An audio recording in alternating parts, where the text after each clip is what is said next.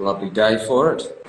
It's a lovely day for it. Speaking of lovely day, Oh, hey.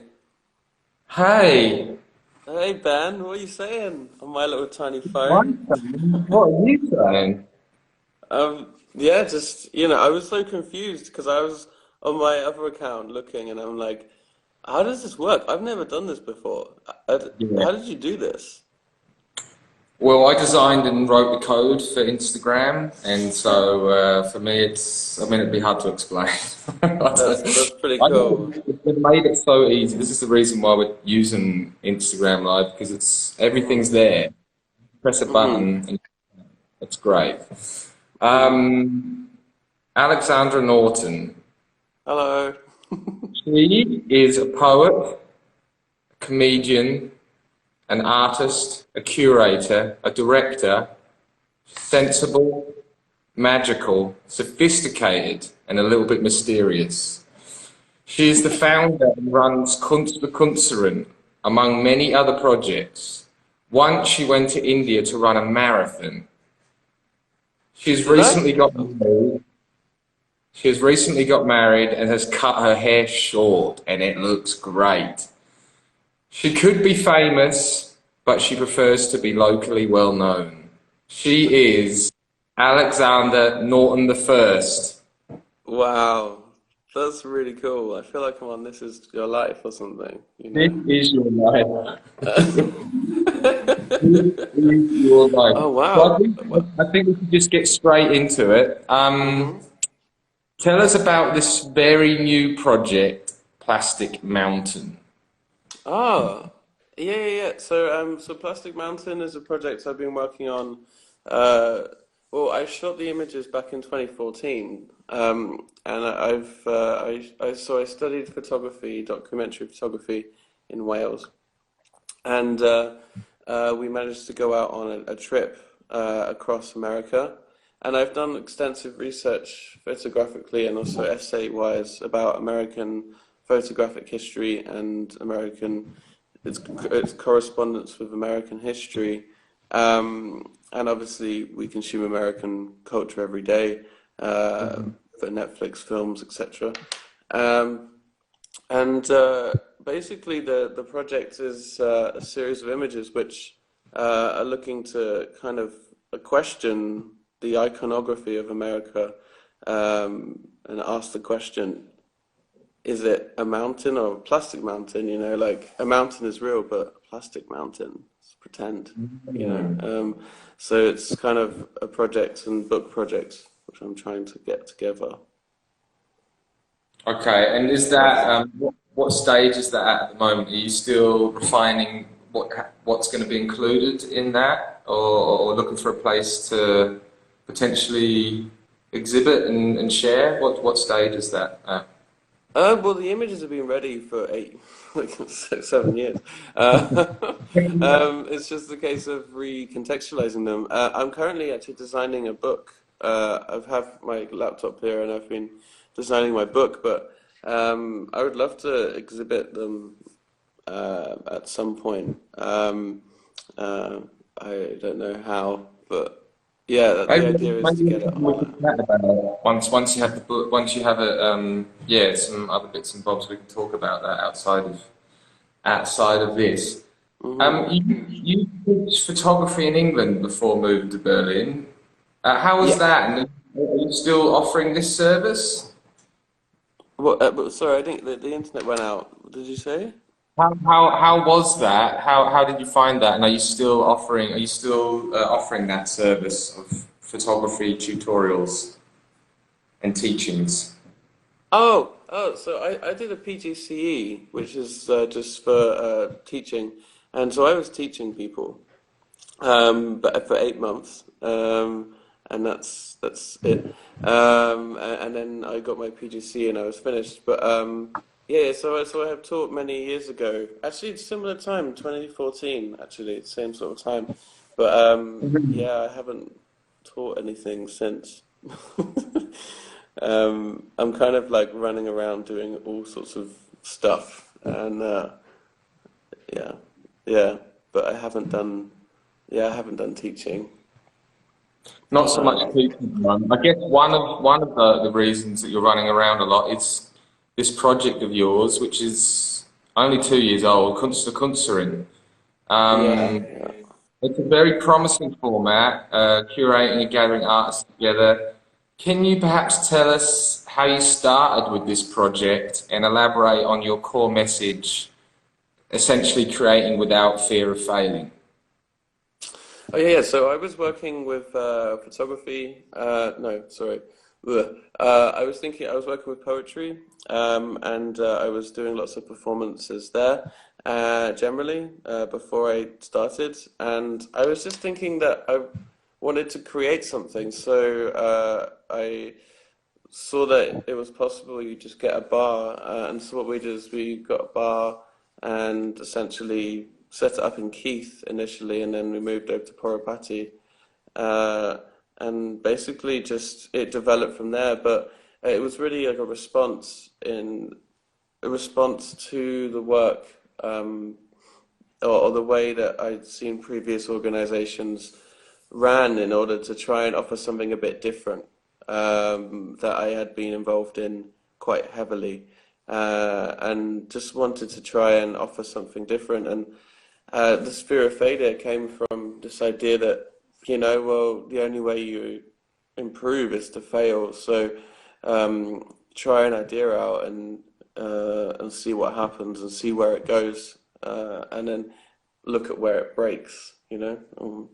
Yeah. So that's kind of where it came. But it was very gradual, and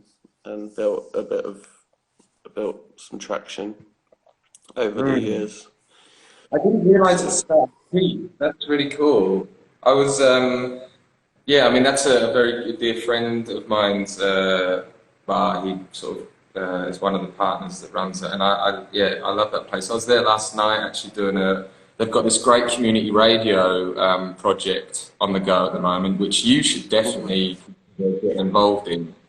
Um, mhm. yeah, it's called Keith FM, Yeah, yeah. and I think I saw a post of that yesterday. Actually. Yeah, yeah, yeah, yeah, yeah. Yeah. yeah, it's really great. Because you A were in a great, band together, weren't you? Were you in a band yeah. together? That was many moons ago. That was like Yeah. 14 years ago when I was 36. Um, but so Kunstler fear of failing. I think this, yeah, I think it's. I don't know if you've related to this, but I feel Berlin seems to create this environment where there is more possibility to experiment and try things out. And I think you've sort of taken that possibility and made it really plain and said it straight. Do you know what I mean? Like Mhm. it's this is what I felt like when I first moved to Berlin. I thought, wow, I can actually try music out and perform and not have it polished. But Mhm. there's still a sense of, fear of failure. But I love the fact that that's your core message and you've really embraced that. And I think that gives people confidence to try things, which is what we need more of, I think. Um, can you describe a little bit the collective of people who are supporting you in this collective? They seem to be a very uncommon group of people, let's say. Yeah, no, And it's not funny actually how. not the prototypes. Oh, yeah, well, it's funny. Like, so basically, I had been running the event on my own, and for a very long time, and I got to the point where I was like running around, collecting the money, designing the posters, hosting, paying the people. I was like lost my mind. So it really started from the people that came to perform.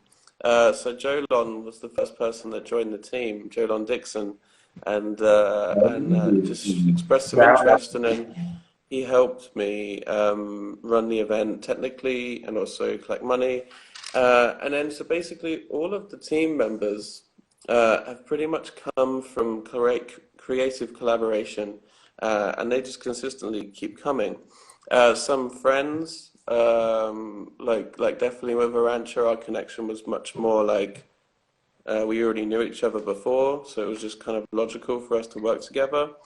And with Max as well. I mean, we're partners and married, and It makes social media a lot simpler Yeah, because okay.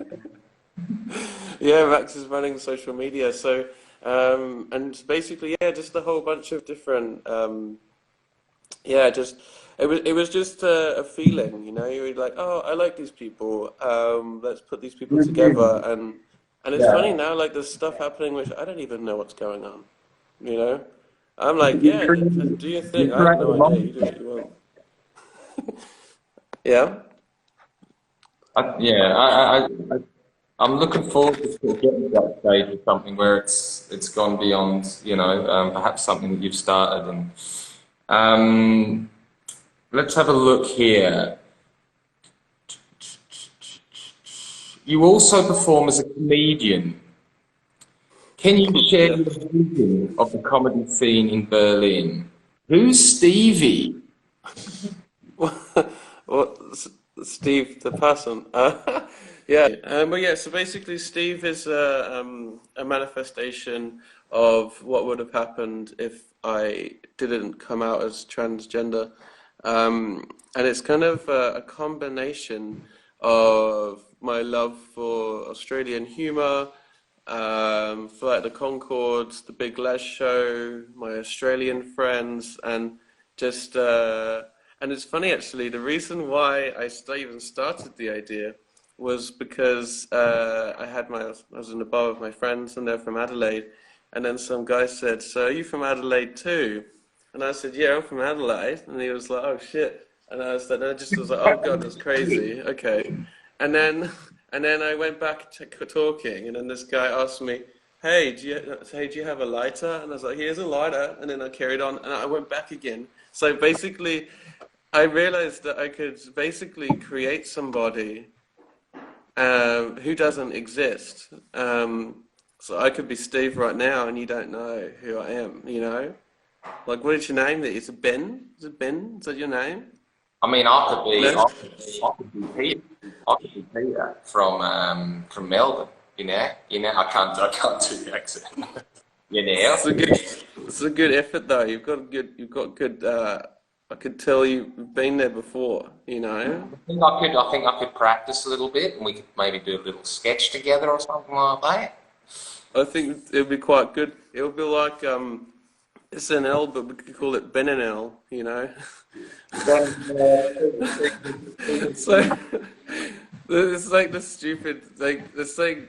So just as an example, like how I can you can jump between stuff. yeah, Yeah. it's really interesting that it has such a core, like the project is such a integral part of the processes that you've gone through. Mm. Yeah, it's interesting that comedy is can be used in this way, to explore something quite Yeah. fundamental with humour. It's great. I love the project. I haven't seen you perform live in it, but I have seen you do the impromptu things, and I really the character's great.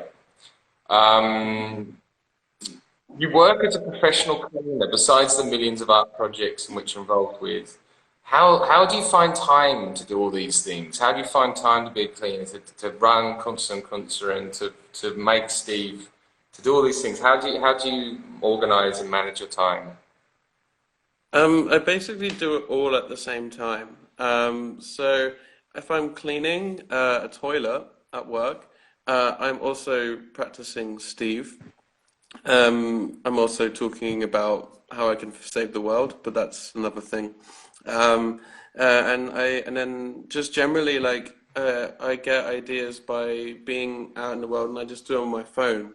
So basically, I'm like, okay, that's an idea for Künstler. Then I go home, make the poster, done, sort it, and then send that off to this person that needs to know that. And then like comedy wise, I literally just hang out with Ian and Belle, and I say something funny to him, and he laughs, and I'm like, that's in the set, and then I shove it in the set, and I just remember it because you know it. And I don't know, like cleaning wise, I don't know, like it's just I think basically I do all of my work all at the same time. I think, yeah. And then I go home and sit on the sofa and do absolutely nothing. So, uh, It's like all or nothing with me. Yeah. Yeah, it's very weird. But I don't know, like, it's funny because like it's funny like when I had this, you said that you were gonna do this with me. I don't know why, but I was like surprised. I was like, but I'm not doing anything. And look, that's what my brain says. Like I'm not doing anything, but I don't know. Maybe I am, but I just don't realize I'm doing it. I don't know. It's called quite relative, really. What you yeah, what we all do. I mean, something, making an Instagram post or a little story or something for someone could be, I've done my stuff for today. But for someone else, it might be, organising a project and, executing an event, and that for them is their thing. And it's hard Mm. to identify what really is enough to, qualify to be something, or whether it's an artist or Mhm. whatever. So, but to us, you're one of the most prolific, um, outputters of creative events that we know in the community. So you're definitely doing a lot in our eyes, anyway. And it's interesting to hear Thank how you you. approach it. It's interesting to hear how you approach it. You approach it in this quite sort of honest, almost chaotic way, but it all seems to manage because you have people around you that help and support you, and yeah, you have a lot of good energy and a lot of energy, just period, to do things. Mm. Well, it's also like I mean, all of this stuff that we have is a tribute to the environment that we have here. Mhm. You look Weserhalle, where Weserhalle is. You've got Obst und Gemüse. You've got a Weserhalle. You've got like Cafe Tisch. These are all communities, and this is all Mhm. in like between, and it's so simple. Like we met in a bar and became friends almost instantly, and it's very easy, because everyone is just willing to collaborate, Mhm. and that's joy, I think. Mhm. And then all the hard work feels kind of easy at that because you're like, all right, no Yeah, worries, we'll just have to do all this stuff, but it's fun because this is what we want to do instead of work. It's absolutely, not yeah. work, it's fun. Yeah, I mean, for me, it's still something I'm learning, the benefits of collaboration and, I don't know if it's because we've been brought up to be so hyper individual in some sense, but just the idea of letting an idea go and the positive effects of sharing that and getting other people to help you with it are tremendous. But I'm still learning about that and how to how that exactly works. But it's been such a positive experience working with, opening things up and connecting with people, and it's a necessary thing, There's a lot more movement and input and things that you can't imagine that can influence the initial idea or however. Um, Now, Alex, Hmm. we've come to a very interesting point in the conversation now. Um, we have a Uh-huh. section. We have a section in the Artists Live interview where it's called the Quick Fire Round. Until we come up with a better name, I will say something, and you will respond with a knee-jerk reaction. I've actually got a little jingle to introduce it. So let's just. This is the quick. Oh, nice. This is the quick fire round with Alexander Norton, Oh, and it's like we will Price is Right. begin. We will begin now. Okay, it is coffee or ciggy. Cough because I think someone's watching this. Don't know about. Performing, performing, Yeah. performing or watching. Sorry. Performing or watching.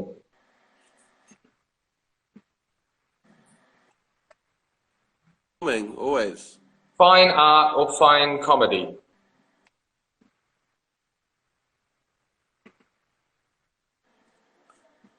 I don't know. Uh, Fine art. Because A fine art is far covered, you know. small collection of feathers or a reasonably sized box of Play-Doh?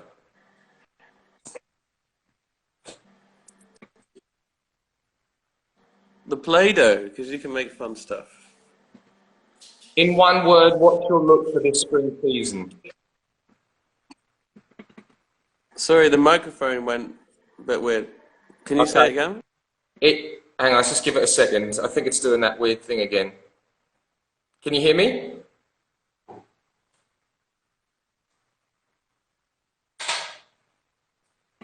Can you hear me, Alex? Oh, you've gone silent again. Ooh, you've gone silent again. I can't hear your... Can you hear Alex? Can you hear her? What does it say on there? Hang on, let me just try something. Applications. And we'll add. Alex, say something. Hey. We're back. So, It looks like the quick round was too quick for the internet. It was way too quick for this shoddy connection. In one word, what's your look for this spring season?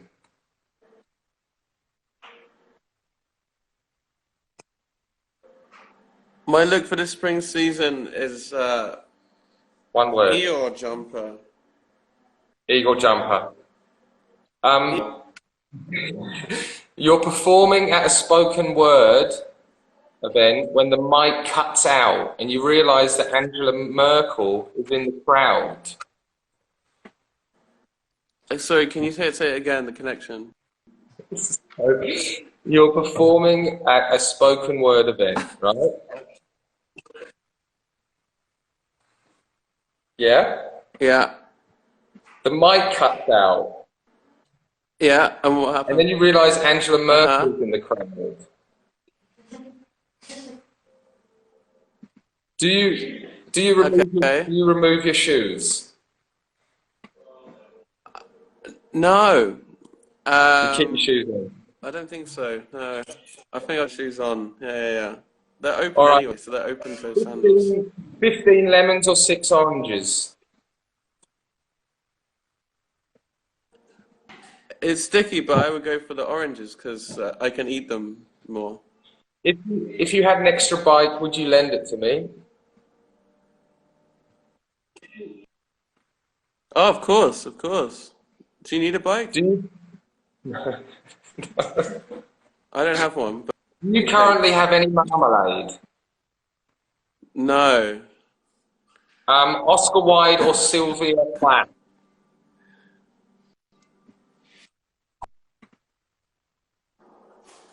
I honestly don't know much about either of them, but I don't know. I guess Wilde maybe, but it's not really based on anything educational. And just to wrap this really riveting section up, what are you going to do for the rest of the day? What's going on? What have you got planned?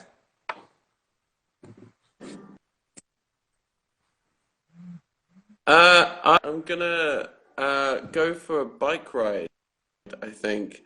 And I don't know what else. It's my day off today. It's kind of a day off for me. And yeah, so I'm just gonna go for a bike ride. Maybe cycle to, I don't know, the Dali or something and just check out the sights on my bike. You know? Lovely. It's hot outside. 18 degrees. I love it. Hey, Yeah. Aranja's lost it over here. She has lost it. It's been wonderful chatting with you today. And Yeah, it's been really good. I love it. It's been good. I think we managed to sort of overcome some of the technical issues. And let's stay in touch. We've got a few things coming up later this year that we're working on together, but we will share that when that comes to the time of sharing. So, but enjoy your bike ride today, and let's chat soon. Thank you. Thank you, not biking, but yeah. Okay. Toodaloo. Goodbye. It's been really fun. Thanks so much Bye bye. for having me, No and problem. Pleasure. fun things in the Pleasure, future. treasure. Thank See you. ya. Bye bye. Bye bye. Bye. Bye then. All right. See you soon.